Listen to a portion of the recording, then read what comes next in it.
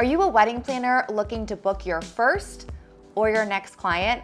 So much goes into starting your wedding planning business, from writing a business plan to developing your brand, your website, your services, your pricing, your packages, that it's pretty easy to forget that in order for all of this to work, you actually need to book some customers. In this video, I want to walk you through 3 tips for you to book your first wedding planning client, or if you're new, just your next wedding planning customer.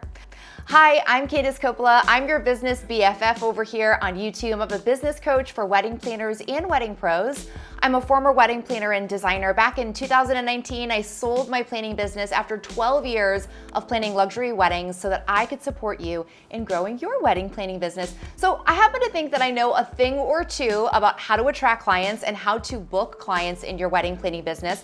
I work with lots of planners who are just getting started inside my community, the Planner's Playbook, and one of the biggest questions I'm always asked is, Candice, how do I book my first client? How do I book my next client? It's actually a lot simpler than you think, but it does take time and it does take some strategy. Now, story time. When I started my business Jubilee events way back in the dark ages of 2007, it was a long time ago, it took me 6 months to land my very first client. So if you are in the thick of it right now in your planning business, maybe you haven't booked a client yet, or you've only booked a handful, I want you to feel encouraged that it does take time to book your first or your next client. And it may come quickly to others, it might not come quickly to you, but I know with these tips, you are gonna have a fighting chance to book that next best customer. And these tips that I'm gonna share with you are strategies that I uncovered when I was trying to figure out how to book my best customer, how to book my first customer as a wedding planner.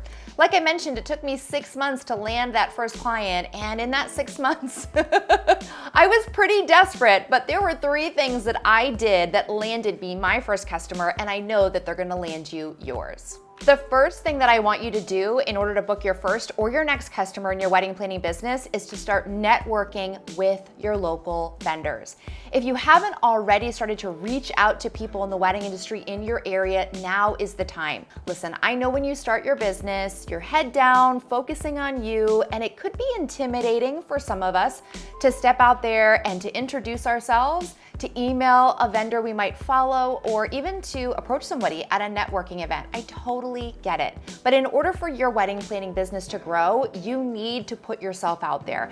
And the quickest way for you to land that next best customer is to start associating with people who are already in front of your ideal clients. I'm gonna use this term a lot in this video and in my videos in general. Ideal clients are those dreamy customers that you wanna work with in your planning business. We call them ICAs for short. And in order for you to attract these amazing couples in your business, it's best that you start to link arms with vendors who are already working with these people. It's actually the fastest, quickest, and most direct route to booking out your wedding planning business. So I want you to reach out to some local vendors and connect with them about your services, and also be focused on how you can support their business. Reach out to photographers, other fellow planners, makeup artists, bridal shops, caterers, rental companies, videographers, floral designers. The list is long, but it's time for you to start aggressively and strategically reaching out to vendors who are already in front of your ICAs. Now,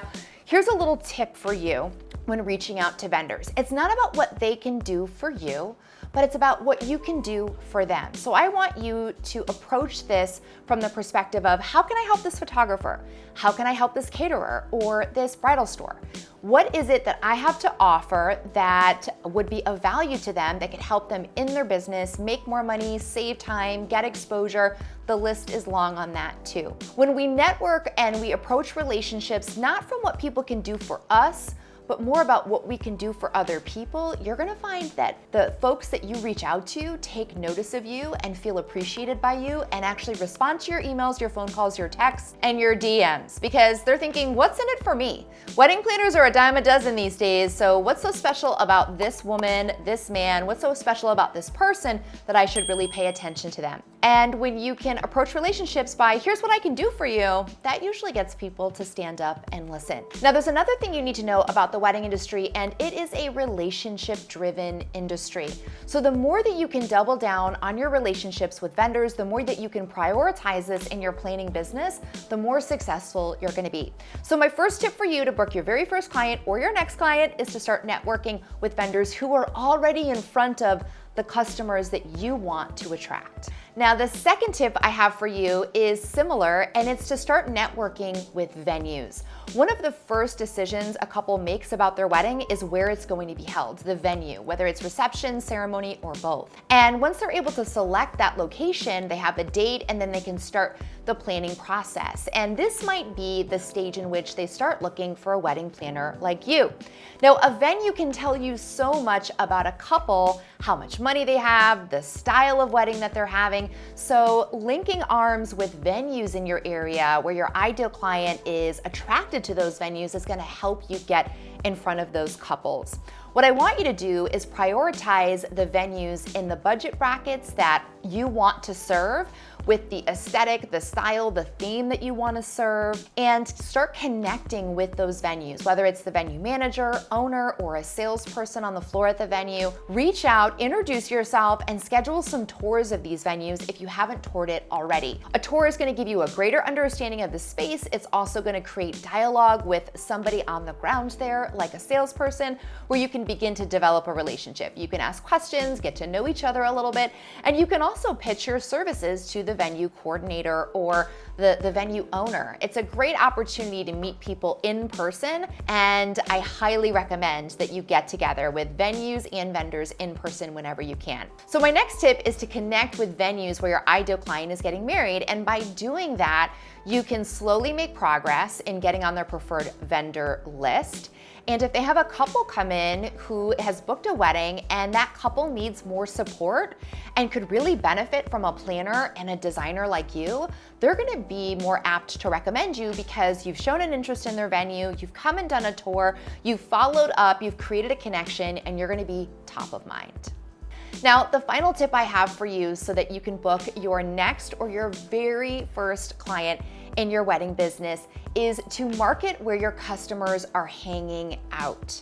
I think that when we think of marketing, we think like, I just need to be everywhere. The more places I am, the more customers I could attract.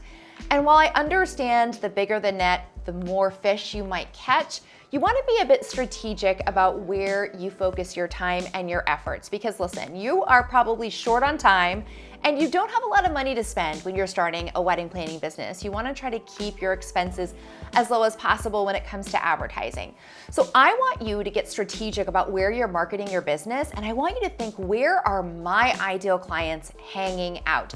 Where are they searching for information? Where are they gathering information about their wedding vendors or potential vendors that they want to hire? What questions are they asking, and where are they asking those questions?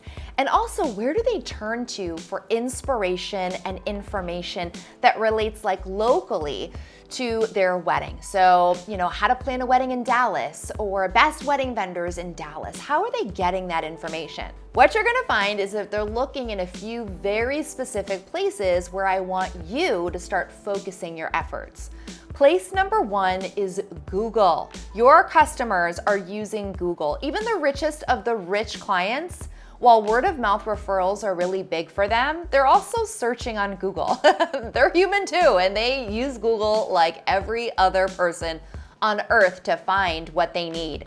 This means that you need to prioritize your website and make sure that it's built to be found on Google. And if you don't have a website, this is encouragement to get a website. One of my favorite website services is Showit. It's what my website is built on. It's what a lot of wedding pros use to build their website. It's very user-friendly. The options to design it are endless, and there are tons of incredible templates that you can download. So I just shout out to Showit.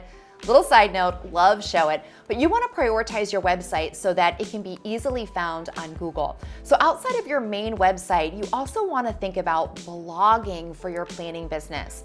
You might not feel like you're a writer or a blogger, and you don't need to be in order to blog and share information on a blog that gets found on Google. Comment below and let me know if you'd like me to create a video on blogging for your wedding planning business. I happen to be really good at this. It's probably how you discovered me in the first place. And I've been blogging for a long time, so I have a lot to say. And also let me know if I should maybe even just create a resource for you where it's like maybe 10 blog posts that you should write so that you know exactly where to focus your time and effort when it comes to blogging.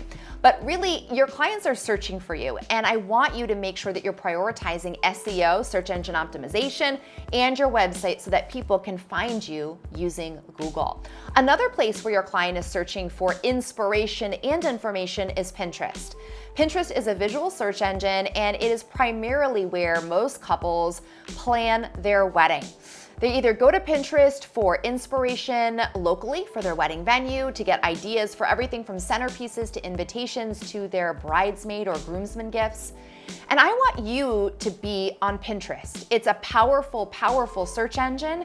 And if you can make that a priority in your marketing, you are going to reap the benefits from the traffic that it gives you. Outside of SEO and Pinterest, your clients are also probably hanging out on Instagram. And so you being on Instagram and creating content for Instagram is a great way to capture your ideal clients. They're using Instagram in a few different ways. They're definitely searching geotags, which are those tags where you can tag a photo or a video at a specific location. So if you're doing a venue tour or a site tour, introducing yourself to a new venue, create a reel of it and geotag that so that potential clients who are getting married at that venue can find you. So they're using Instagram in that way. They're also using Instagram to search hashtags, especially ones that are local to your community. So Indianapolis weddings or Melbourne, Australia weddings are something that they would be searching hashtags for. So make sure that you're hashtagging any content that you put on Instagram so it's findable. Next, they're using Instagram by clicking around on other vendors' profiles and tags. They become obsessed with wedding planning and they start stalking people on Instagram.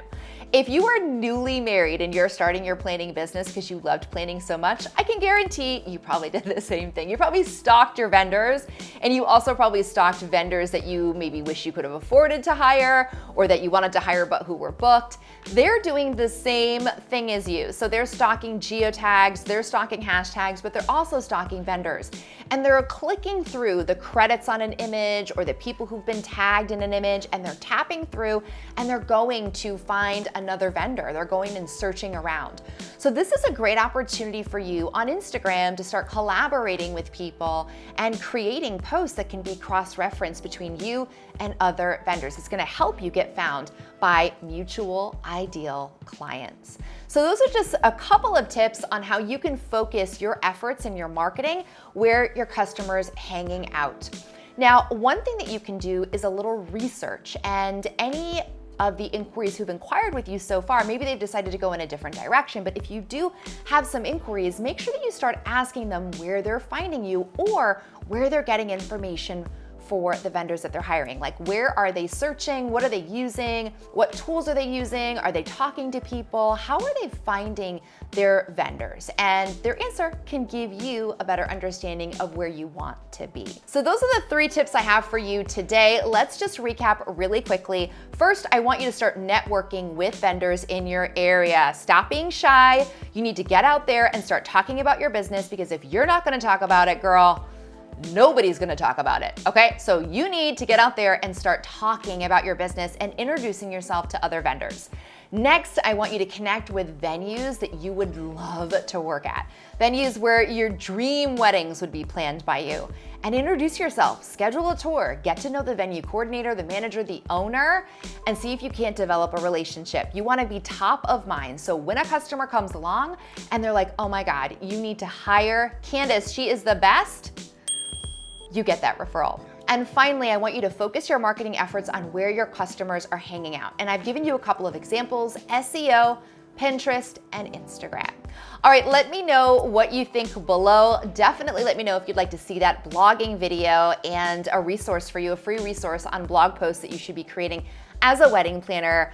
Thanks so much for watching. If you enjoyed this video, do me a favor, hit the subscribe button, give it a thumbs up, give it a like, and be sure to ring that bell so that you get notified every time I upload a new video, which is going to be on Thursdays. Okay, friend, thanks so much for watching today. I've linked a video over here that I want you to check out that I think you should watch. I'll see you in the next video.